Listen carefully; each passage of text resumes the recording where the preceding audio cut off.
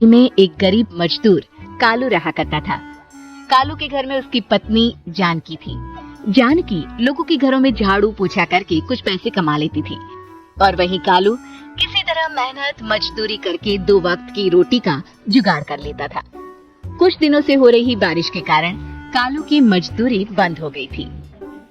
अरे जानकी, इस बार तो बरसात ने हद ही कर दी, रुकने का नाम ही नहीं ले रही। कुछ समझ में नहीं आ रहा, अगर इसी तरह काम पर नहीं गया तो 2 वक्त की रोटी का जुगाड़ कैसे होगा। अरे तुम चिंता क्यों करते हो, बारिश का क्या है, 1 आध दिन में रुक जाएगी और उसके बाद में फिर से काम शुरू हो जाएगा।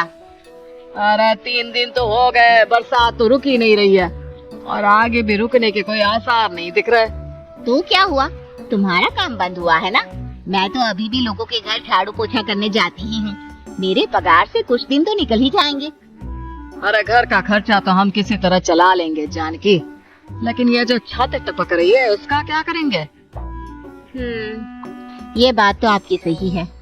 हमारी झोपड़ी अब काफी पुरानी हो चुकी है और इसके छप्पर में भी कई सारे छेद हो गए हैं। रात भर पानी टपकता रहता है।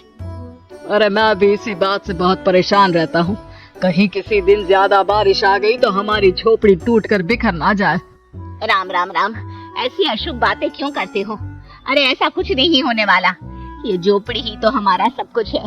अगर यही नहीं रही तो हम जाएंगे कहाँ? ठीक है जानकी, जब तुम्हारी पगार मिल जाएगी तो कुछ पैसे बचाकर झोपड़ी के छप्पर की मरम्मत करवा लेंगे, शायद हमारी परेशानी कुछ कम हो जाए।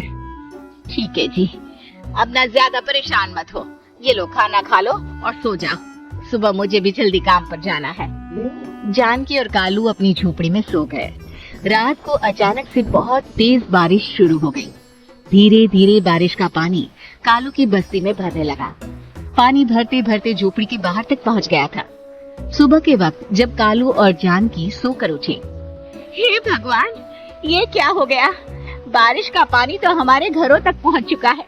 अब मैं काम पर कैसे जाऊंगी? रहने दो जानकी, तुम आज काम पर मत जाओ।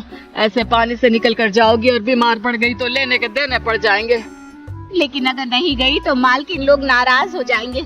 आप जानते हैं ना, बड़ी मुश्किल से 1 दिन की छुट्टी भी नहीं देती है। अरे लेकिन जानकी, झोपड़ी के बाहर तो पूरी बस्ती में पानी भरा है, तुम जाओगी कैसे? जानकी जैसे तैसे करके काम पर चली जाती है, लेकिन अगले दिन फिर से बहुत ज्यादा बारिश होती है और बस्ती में ज्यादा पानी भर जाता है। आज तो मैं तुम्हें किसी भी तरह काम पर नहीं जाने दूंगा। अरे अगर तुम्हें कुछ हो गया तो क्या होगा? ठीक है, तुम ठीक ही कहते हो, आज नहीं जाती। अगर मालकिन नाराज हो गई तो मना लूंगी किसी तरह। अरे मनाने वाली क्या बात है, जब तुम बताओगी कि हमारी झोपड़ी में पानी भर गया है तो वो खुद ही समझ जाएंगे ना। अगले 2 दिन तक तेज बारिश होने की वजह से जानकी, कालू और आसपास की बस्ती में रहने वाले सभी लोगों के घरों में पानी भर जाता है, जिसकी वजह से जानकी काम पर नहीं जा पाती। और 3 दिन के बाद जैसे ही जानकी काम पर पहुंचती है, कहाँ थी तुम? पिछले 3 दिनों से काम पर क्यों नहीं आई? मेम साहब क्या बताऊं, इतनी ज्यादा बारिश हो रही थी, हमारी पूरी बस्ती में पानी भर गया है और उससे भी ज्यादा तो मेरी झोपड़ी के अंदर पानी भर गया। आप ही बताइए कैसे आती मैं? इसका मतलब ये हुआ कि बारिश होगी तो तुम काम पर नहीं आओगी? ना ना, मेरे कहने का ये मतलब नहीं था मेम साहब। तुम जानती भी हो 3 दिन से कितनी परेशानी हो रही है मुझे, सारा काम मुझे खुद करना पड़ा। माफ कर दीजिए मालकिन जी, पर मैं क्या करती, आने के लिए रास्ता ही नहीं था, सब जगह पानी भरा हुआ था। बहाने तो तुझे बहुत बनाने आते हैं। जानकी देख, अगर अगली बार ऐसा किया ना तो फिर काम से हमेशा के लिए छुट्टी। अरे ना ना मालकिन, ऐसा मत कीजिए। बारिश की वजह से मेरे पति की मजदूरी भी छूट गई है। बड़ी मुश्किल से घर में 2 वक्त खाने की रोटी का जुगाड़ हो पाता है। आप मुझे काम से निकाल देंगे तो हम क्या खाएंगे? अगर इतनी ही चिंता है तो फिर रोजाना काम पर आया करो। चलो अब जल्दी से जाकर घर का सारा काम करो। बारिश रुकने का नाम ही नहीं ले रही थी। पूरे शहर में बाहर जैसे हालात बन गए थे, लेकिन नौकरी जाने के डर से जानकी किसी तरह रोज काम पर जाती थी। एक दिन जब जानकी काम करके अपने घर लौट आई तो अचानक उसकी बस्ती में कुछ लोगों का शोर सुनाई दिया। अरे लगता है बाहर कुछ हुआ है, मैं जाकर देखता हूँ। हाँ हाँ, पता तो कीजिए, ये बस्ती में लोग इतना शोर क्यों कर रहे हैं? बाहर जाकर कालू ने एक आदमी से पूछा, अरे क्या हुआ भाई, इतना शोर क्यों मचा रहा है? अरे क्या बताए भैया, अपनी बस्ती के बाहर एक पुल टूट गया है और वहाँ पर एक कार फंसी है। थोड़ी देर में अगर किसी ने नहीं बचाया ना तो वो कार पानी में बह जाएगी। ये क्या कह रहे हो भैया, कार के अंदर कोई है क्या? हाँ, कोई औरत बैठी है अकेली है, बहुत रो रही है बेचारी, मदद के लिए बुला रही है। अरे तो हमें जाकर उनकी मदद करनी चाहिए ना। अरे लेकिन इसमें बहुत खतरा है, हमें अपने आप को बचाना चाहिए।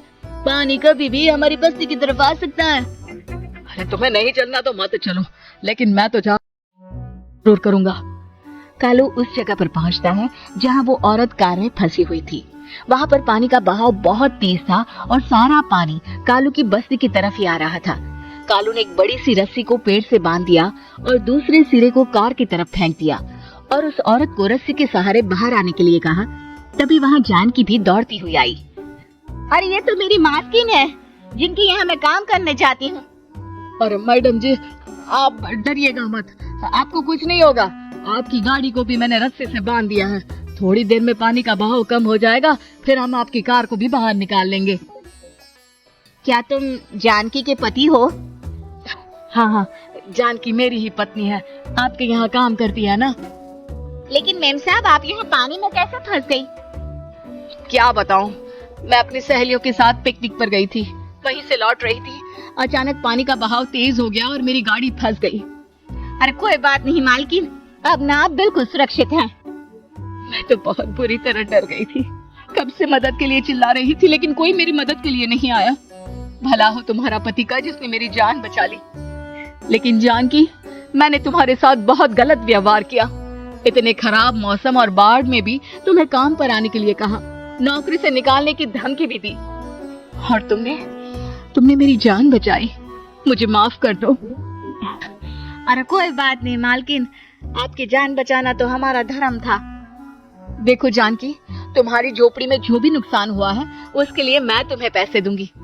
आज तुम्हारे पति ने मेरी जान बचाई है और आज के बाद मैं तुम्हें कभी भी नौकरी से निकालने की धमकी नहीं दूंगी। आज मैं तुम्हारी परेशानी को अच्छी तरह समझ चुकी हूँ। हम जैसे पैसे वाले लोगों के लिए अपने घर में बैठकर बारिश का मजा लेना बहुत आसान है, लेकिन तुम गरीब लोगों के लिए बाढ़ और बारिश काफी परेशानी खड़ी कर देते हैं। ये बात मुझे आज अच्छी तरह समझ आ गई है। आपका बहुत बहुत धन्यवाद मालकिन।